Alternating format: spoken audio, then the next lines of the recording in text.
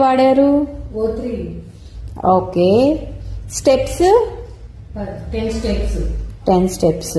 అర్థమైందా? First class కదా, చిన్నగా అర్థం అవుతుందిలే, డోంట్ వరీ. ఓకేనా?